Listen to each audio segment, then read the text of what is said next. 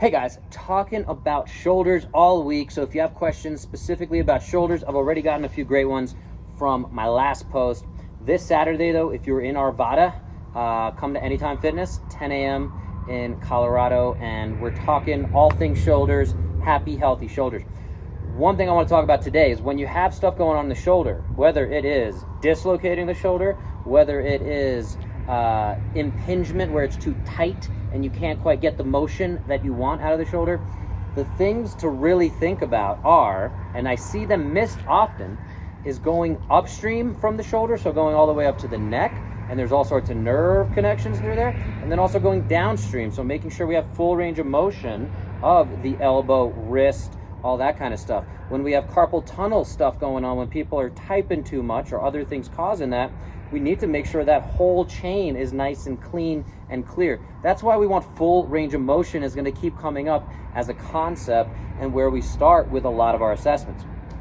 So the shoulder right above it, kind of, if you think of it, is that thoracic spine, where again, if we're rounded forward all the time, right, it's going to limit how much the shoulder can move. I've literally had people slouching down trying to do exercises and you can't get that full range of motion, versus if you go into a nice good posture, you have a lot more range of motion. So we want to see if we're cheating that motion. Also, when you're doing that strict press or something like that, if you're getting that motion from your ribs and you're losing position, we really need to pay attention to cleaning that stuff up.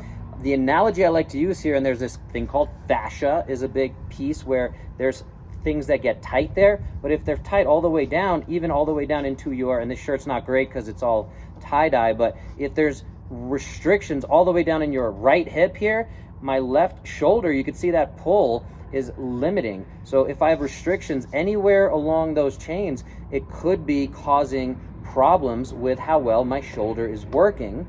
And then if I'm trying to do things like bench press or push-ups or pull-ups, and there's those restrictions, they're gonna keep you imbalanced. All right, so that's the idea I wanted to share with you guys today.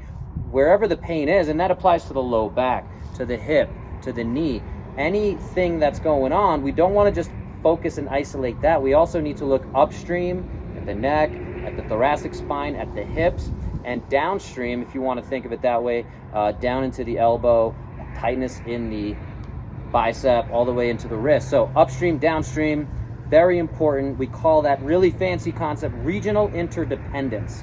All right, so think about that. If you're a clinician, if you're working with a doctor, physical therapist, chiropractor, acupuncturist, whoever, and they're not engaging that concept of going upstream, downstream, see if you can find someone who can help you with that, or take the initiative and do that on your own. All right, let me know if you have questions. We're going to keep talking shoulders, and appreciate the interaction from the last post. Keep it going, guys. If you have questions, let me know.